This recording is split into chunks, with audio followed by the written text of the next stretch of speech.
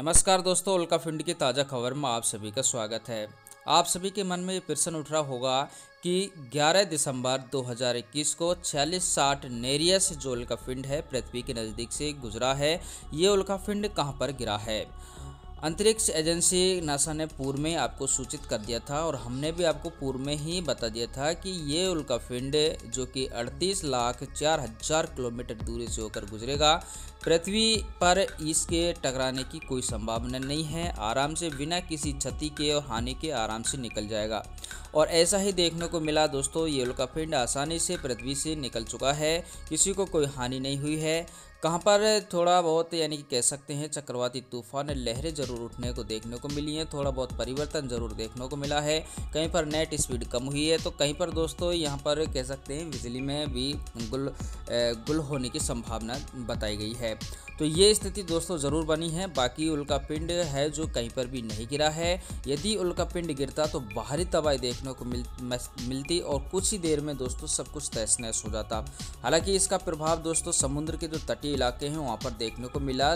काफ़ी ऊंची ऊंची लहरें उठी हैं और उन लहरों की वजह से तटवर्ती इलाकों में बाढ़ जैसे हालात बन चुके हैं। वहीं पर दोस्तों यदि हम बात कर लेते हैं, इसकी वजह से काफ़ी क्षेत्र है जो नुकसान भी हो गया है, काफ़ी ज्वार भाटा आने की वजह से।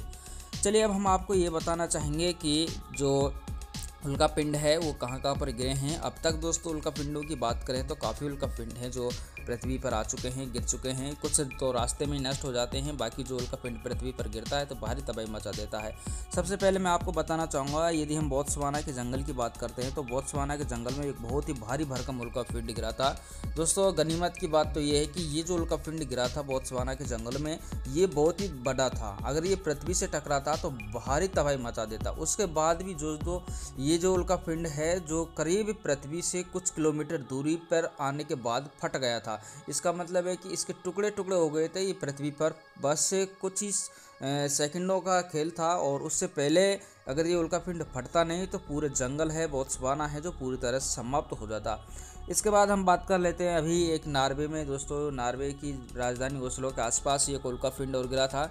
उस उल्कापिंड ने भारी तबाही मचाई थी। करीब वो 2 किलोग्राम का उल्कापिंड बताया जा रहा है और कहा जाता है कि ये उल्कापिंड है जो करीब कुछ ही सेकंडों में 6 से 7 सेकंड के अंदर पृथ्वी पर जैसे तारा टूटता है उस पर आ गया। और उसके बाद वहाँ के निवासियों ने कहा कि इस उल्कापिंड से जब पृथ्वी से टकराया तो भयानक आवाज़ हुई और भूकंप के साथ दोस्तों तेज़ गर्जना है जो देखने को मिली। और उसके बाद वहाँ के लोगों ने उसके बारे में छानबीन की तो करीब वो उल्कापिंड है जो 2 किलो से अधिक वजन का था और करीब अभी उसकी कीमत है जो करोड़ों में बताई जा रही है।